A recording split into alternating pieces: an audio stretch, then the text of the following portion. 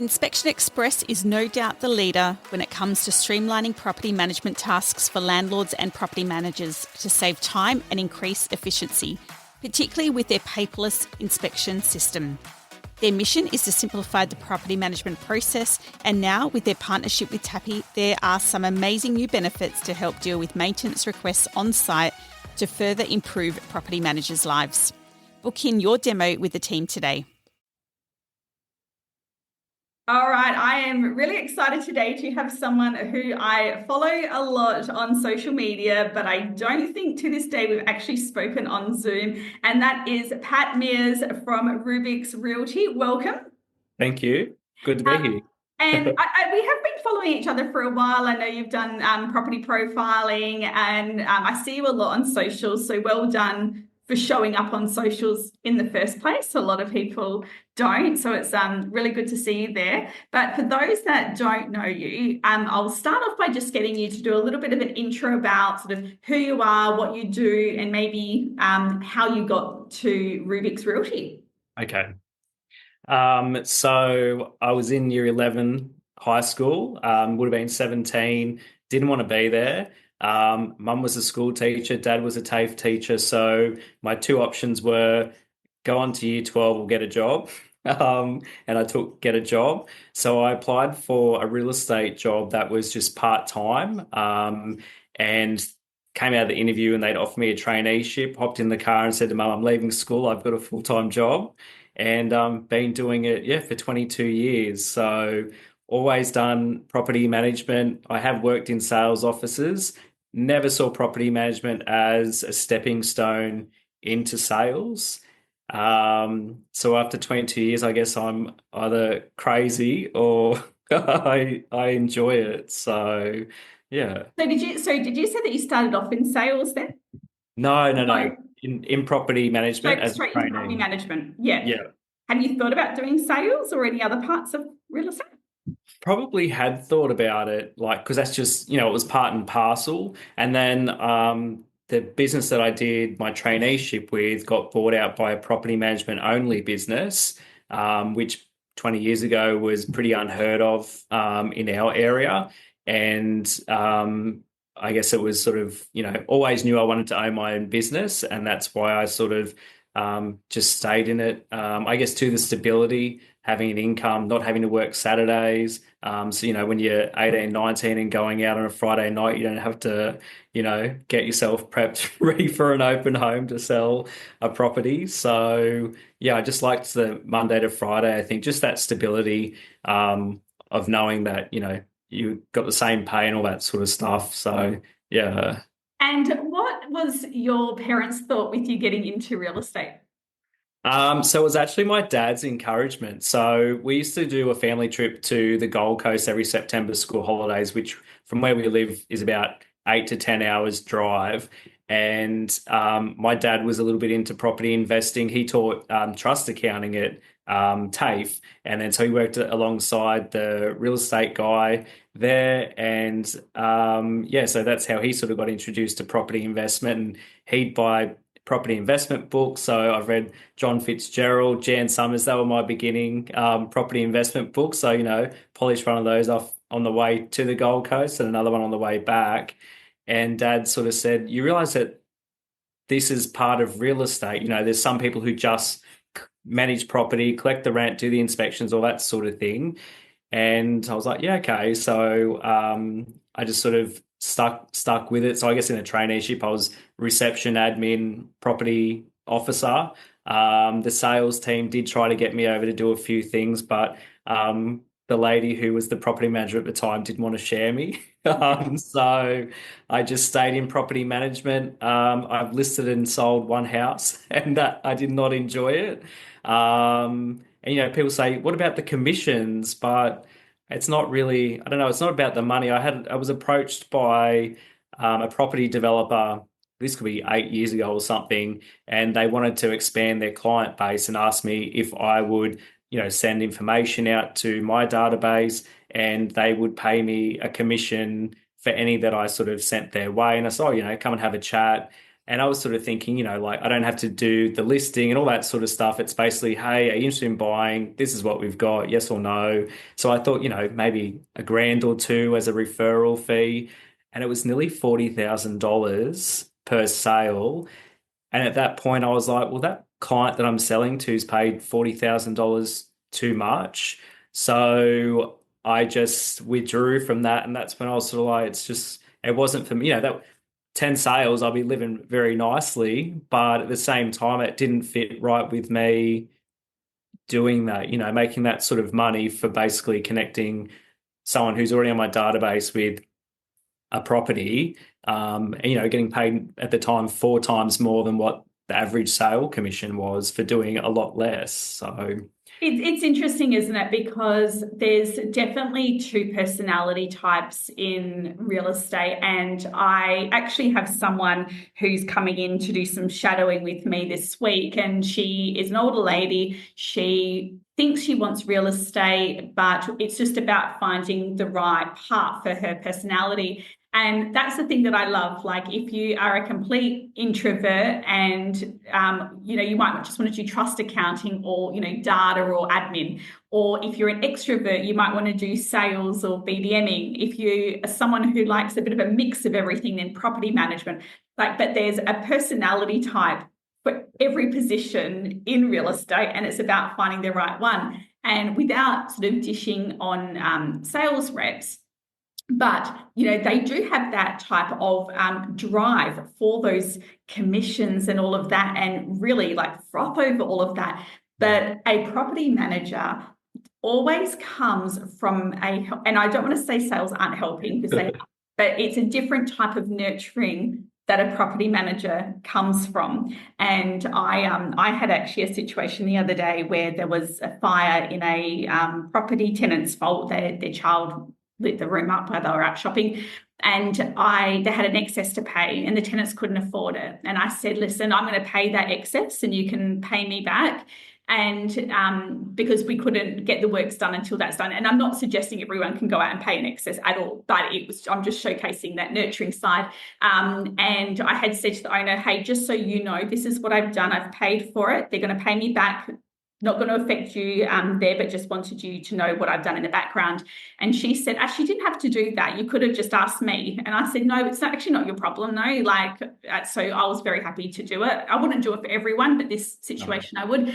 And it's just the personality and that nurturing that makes people love being a property manager. And that's what you have just showcased there, that taking those large commissions just for helping someone doesn't feel right in the gut to do that.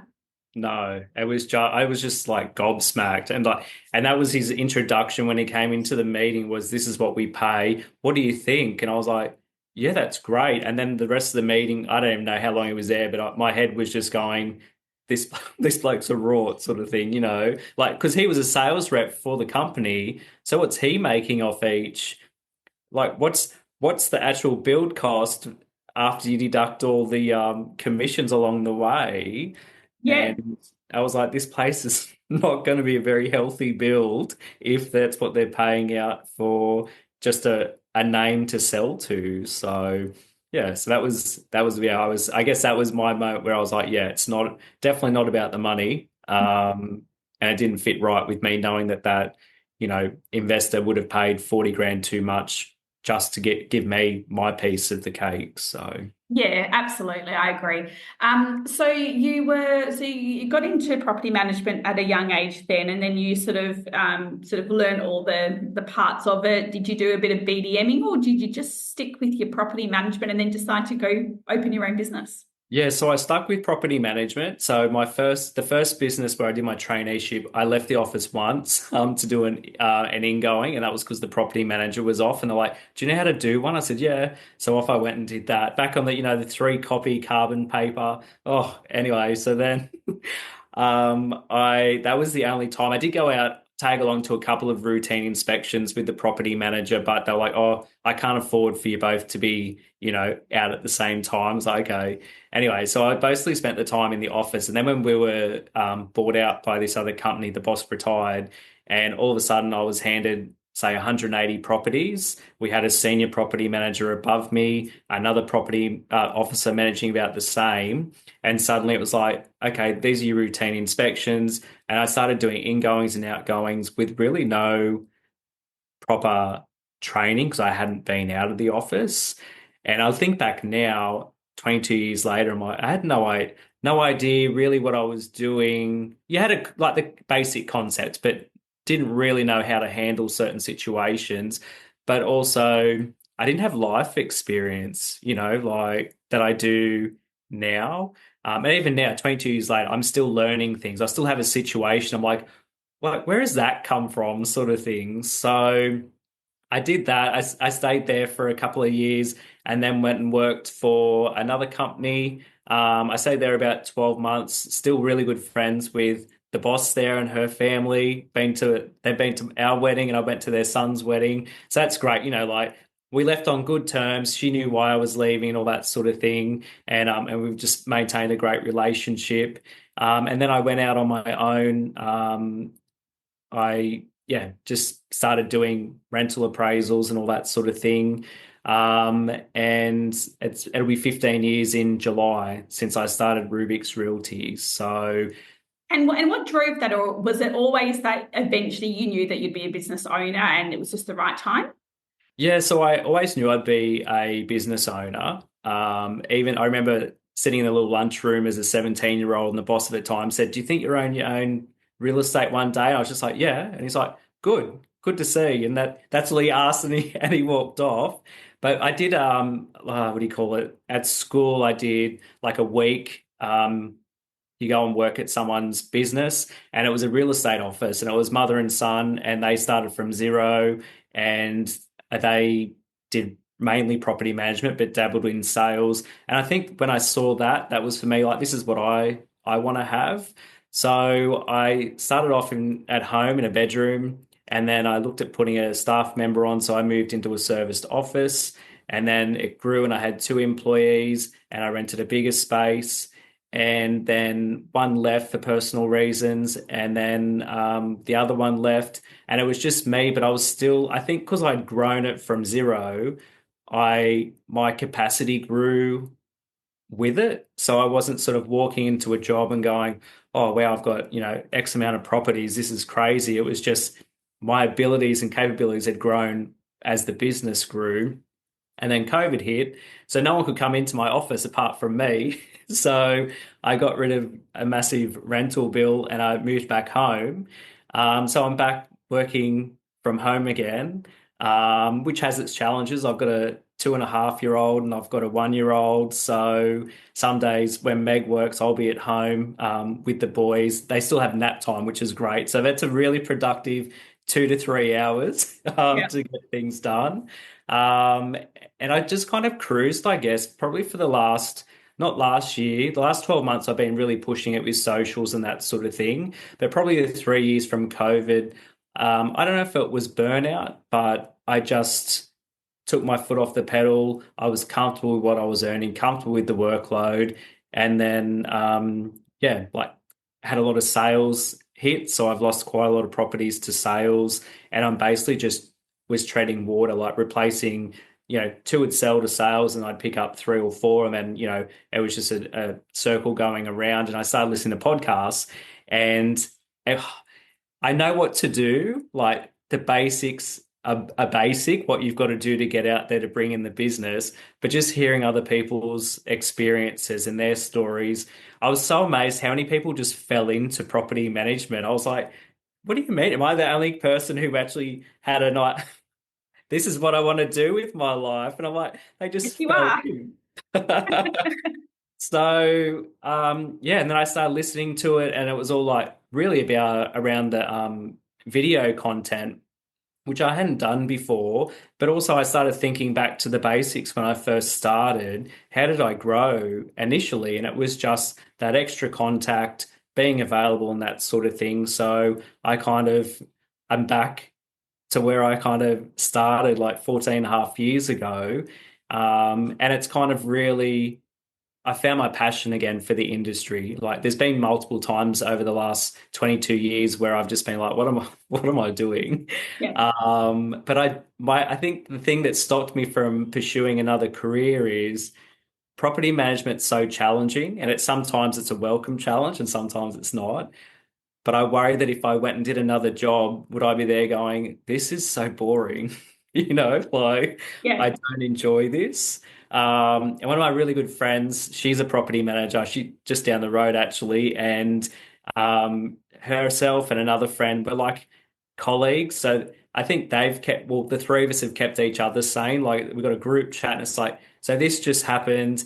This is where my emotions are, and then we just sort of bring each other back to, and it might just be, hey, this is a situation, this is what I'm thinking of doing, and then you get two different perspectives, and you still do what you were going to do, but you've just sort of just that bit of chat, I guess, to see what do you think, and you're definitely not alone in property management, Yeah. like. And that's why the coffee conversations that we have around Australia are so good, because it's literally just sitting with other people who get it and can maybe go, oh, actually, I had one of those situations that come up. This is what I did, or even to confidence say, yes, you should go back and tell that client, da da da. Yeah. So having that support is really, really important. And I know a lot of people who have been out of property management but then got back in have said that they've really needed that support. So like you said, you've got a group chat, fantastic.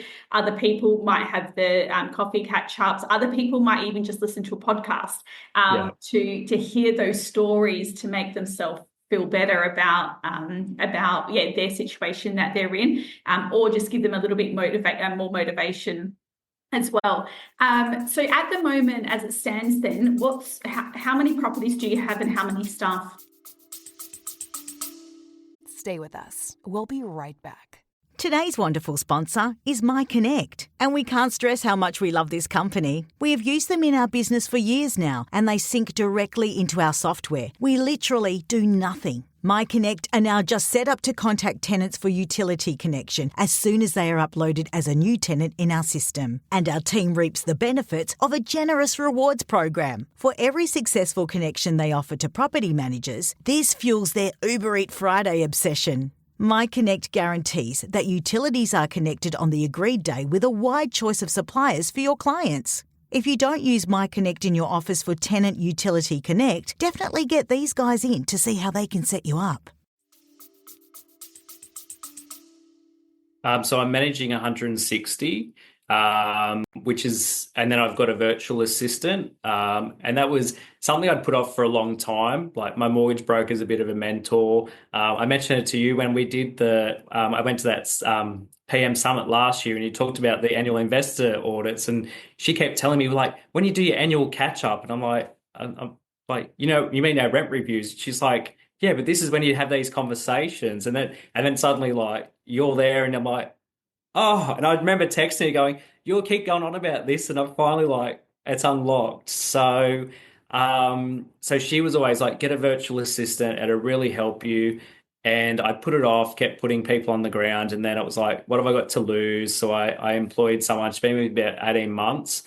And because I'm so mobile, if I had to approve someone, I'd take the laptop with me, and I'd pull up on the side of the road at 9 o'clock and be like, hey, you've applied, you've been approved. And then I'd enter them into Property Me.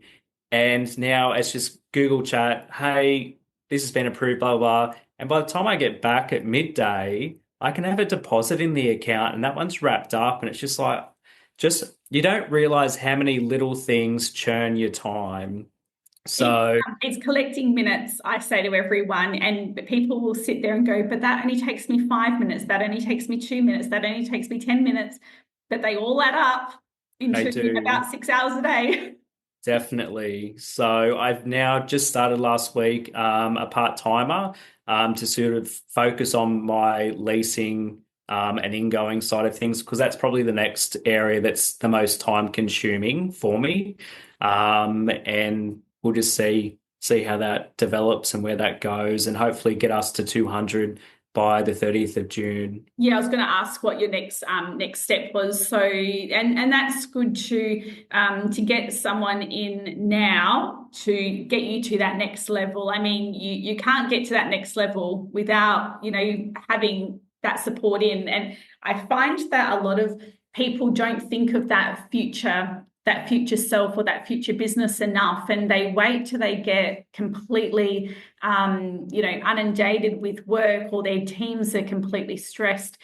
But personally, what I do is I try to employ someone 3 or 4 months prior to me needing them, and that allows them to come into a calm office, enough time for training and to build that capacity. And it's good when you can get your business to a point where you can afford 3 or 4 months of wages before you need it. Like, I think it's a good goal. So for me, when I'm looking at capacity, I have a look at my team. So at the moment, I'm going to have to start thinking about my next move, because I've got capacity for probably, let's say, 50 properties. So on my team, using existing labor. And then I would go, okay, well, if our office is bringing in 25 properties per month, hypothetically, then we would go, okay, well, that's 2 months before I'm going to need someone. But, sometimes we have a little bit of a drop off or whatever it might be. So really, let's say 3 months, I'm going to need someone in that seat. I need to start looking now so that we're not looking when we physically need that. So that's just something for the listeners to listen to. Always know what your capacity is for new business right now. Match that with your new business coming through to know when that next person is needed, or potentially, we've got more support happening with our VAs. We've increased our VAs actually to give some more one-on-one support. But you're doing pretty well, because 160 with a VA and a part-timer, that's good, really good.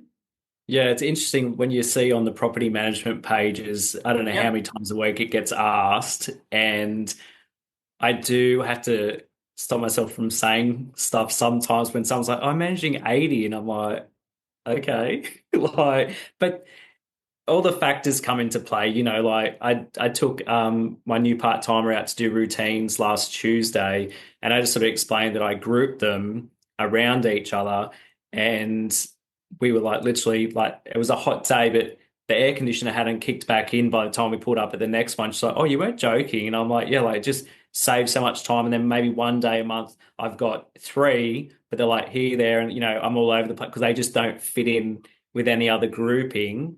It's just, you just got to be smarter with your time, I think, manage it a bit better. And we've got one of our new girls where our office and where she lives and where her portfolio is about 40, 50 minutes away. So what we've done is, with her planning and her time management, we've said, okay, for the month, for the next month, have a look at what tenants are vacating. And on the day they're vacating, arrange for the routine inspections to be also done in that area the following day, so that your final bond and your routines are done on the same day while you're in that area. Yeah. It's just about those little tiny planning things that you do, and like you said, grouping your inspections together. But this is the problem that I've got, and it actually drives me up the wall, and I'm now exposing my annoyance.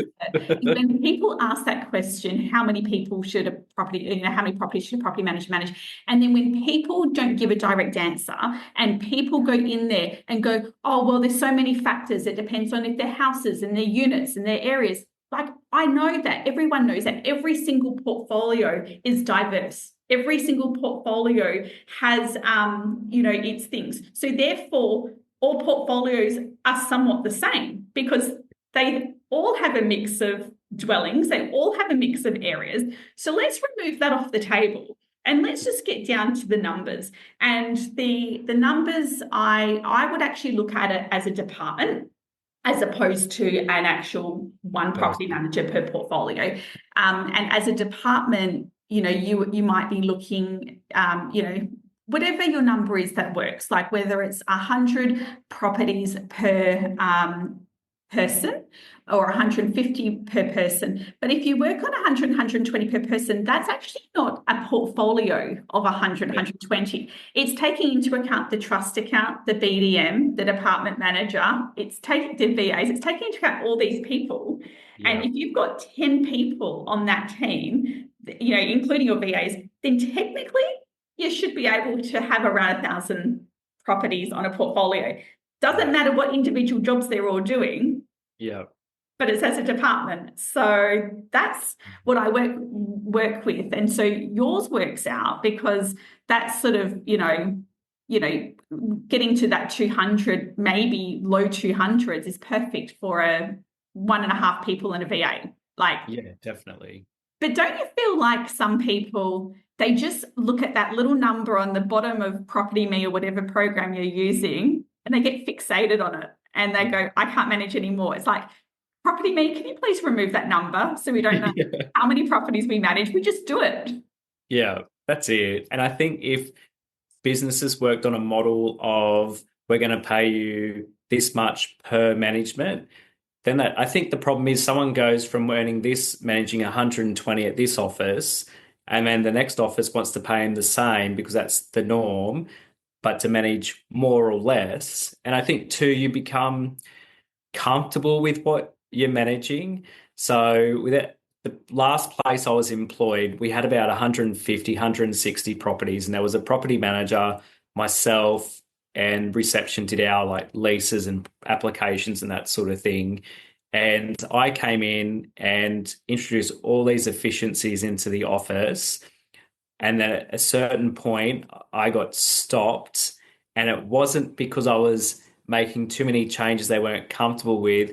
It was, this is my opinion, they were struggling to justify their time because instead of something taking 2 hours, it was now taking 30 minutes or something, but even and we didn't have the furthest property would have been 15 minutes from the office, around circle.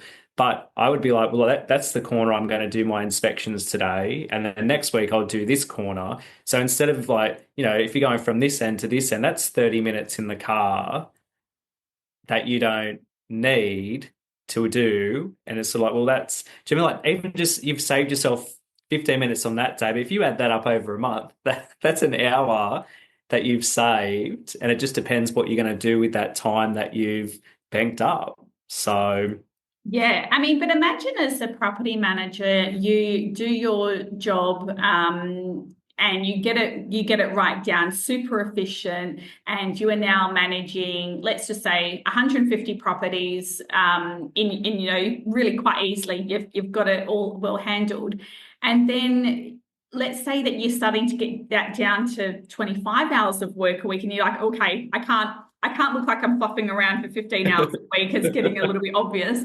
Then imagine being able to go to your boss and saying, okay, I'm really doing well with my portfolio. I'm doing 150 properties. I'm really managing my time really, really well. I think I could actually handle some more. What are your thoughts about increasing my portfolio to this and adjusting my salary to this? Would that be something that is, you're open to? And I think most business owners would probably say, yeah, sure. If you can manage that, in a really good, timely, fashion, then yeah, you should be rewarded for that. But I also don't necessarily believe that someone should be penalised for really having some great time management as well. So I say to my girls all the time, I would love for you to be able to do your job in 25 hours a week.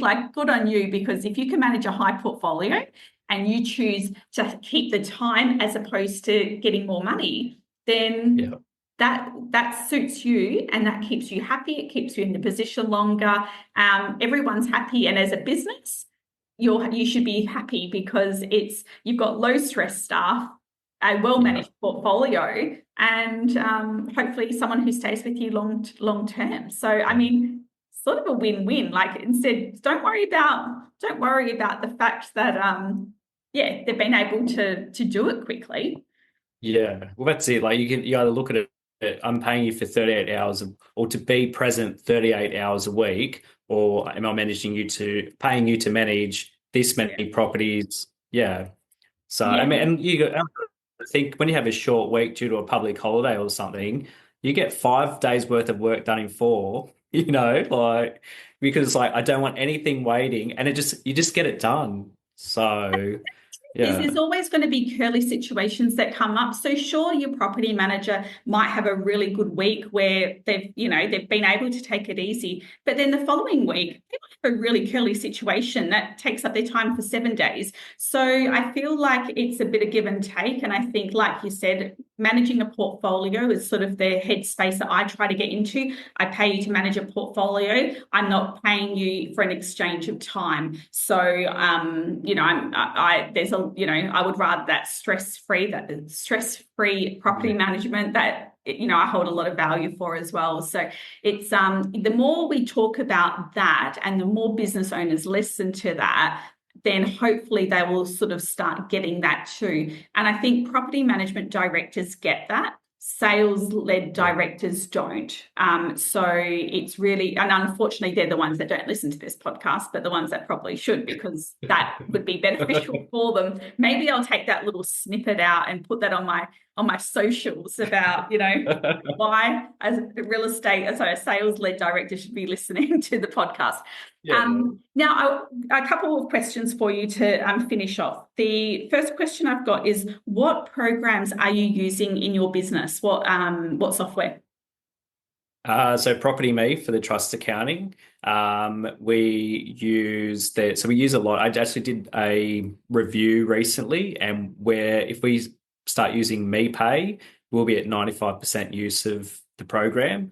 We were using external inspection software, but now that Property Me is doing the 360 inspections, I just went back to that. So far, it's working out well. We use Virtual Tours Creator for our 360 tours online. We use ADL Forms, which have just gone online. I've been with ADL Forms. Well, I first used them 22 years ago, and I've just sort of stuck with them, and they've gone online. And there is teething issues, but they're very open to feedback. And the price was a lot more competitive than other options. But I think too, they understand that this is new transition for them, so they're happy to trade off that extra money for feedback to get it right. What other? We just use Ignite for our applications, and I've just started on IRE BDM very, very recently. So, and what about your viewings and home opens? Just through Ignite. So, yeah. Is that a 24/7 scheduling or not? You just put it in your diary? Oh, we just put it in. So we ring the inquiry and make a time, and then we ring the next person and direct them to that one. But if that doesn't suit and it's vacant, then we create another one. We just advertise them online. So we encourage them to register so that if we do cancel because we've approved someone from an earlier inspection, they get a notification so they don't waste their time turning up. But as we grow, the more vacancies we have, I'll look towards using IRE's inspection software as well. Yeah, that'll make life a bit easier. So if you've only just started using IRE BDM, what were you doing before? The good old Excel spreadsheet. Yeah, there you go. Look at you advancing with IRE BDM. Yeah. Your life is about to change. I hope so. I hope it's going to, push us forward to achieve that goal by the due date and that sort of thing. So now, can I just tell you real quick, because my laptop battery is about to go flat, but I want to give you 3 tips on IRE BDM, is just to make sure, and you might already have this done, that I have 3 campaigns set up. So I've got my campaign for new investors that don't yet have a property and are looking for one, like property profiling campaign. The second one is for people that contact your office and have a property, want you to manage it. And the third is for any lead generation that you're doing where it might be a completely cold lead and you're putting them in as a cold lead. And then they're the 3 different types of campaigns I would have. And my second favorite thing to have to use in it is the short links. So the short links, so I have them set up on my website. So if I'm out on the road and someone calls up about property management, I can say, listen, I'm just out on the road at the moment, but if you head over to our website, you can actually download our fee package straight away. And when they use that short link, it goes into my database, automatically sends them their email with a fee package, and it just is good from a time management point of view. So I'm sure there's lots of other features, but they're the two that I use and I just love. I love that you send out the fees, like you don't pre-qualify. They are what they are. I don't negotiate. So I'm just like, well, this is what it is, and see what comes back. And if they're fee shopping, they're not someone that I necessarily want on our books anyway. So yeah, I mean, you just have to think about the time that you take. I mean, there's definitely benefit for people to get, belly to belly and make those phone calls. And we still do phone call follow-ups as well off that database. But it's just a time management thing for us. It makes our life easier. It's a process. It's a bit easier. Or what you might be able to do is if you get a new client that messages you their details to send an email with a fee package. Sometimes I also screenshot that and just send it to my VA, and then my VA just pops them in, which means that it's getting done while you're out on the road. And you're having to send it in the evening. So that's another real quick way of managing it using a VA. I find that that's pretty helpful as well. But that's really exciting. And my last question for you, if you were to go back to, having to find new business as like day one of being a business owner or BDM, what's the first thing you would do? How would you spend your first day? I think I would make the video content because it seems to have given me the most traction. I've just started using Ellen Bathgate for socials. So she did my first article, and a buyer's agent I've been following on LinkedIn has rang me based off that article. And he said, I've seen some of your stuff and then I've read that article. It was great. And I think we can work together. And I was like, amazing. Yeah. So that was really helpful. So. My two favorite things, LinkedIn and video content. So yeah. Very good. Well, I'm glad that worked for you, and that's definitely a lesson for everyone to hear that. Yeah, if you do the video content, it just makes it so much easier for people just to get to know you and get you and feel comfortable making that first phone call. So it's so important. Yeah, definitely. Amazing. Well, thank you so much for your time. It was lovely to for other people to listen to someone else's journey, what they're up to, programs they use, how they've got their department set up, what their next step is, which you've talked about. All of that is super helpful for people that are also in a similar position as you. So I really appreciate you sharing that. And I will talk to you soon. No worries. Thank you. Inspect Real Estate, or IRE, is an Australian-based software company that is passionate about creating quality, customised solutions for agents, tenants, buyers and property owners, designed by agents for agents, because we care. IRE has now processed more than 108 million inquiries and is currently being used by thousands of industry leaders. There are many time-saving products, from booking and managing inspections within our flagship product ROL, creating and managing applications with To Apply and App Checker, and tracking keys with Keyware, through to listing on Inspect Real Estate's free property portal, Tenant app, plus so much more. Visit inspectrealestate.com.au or give us a call on 1300 934 721.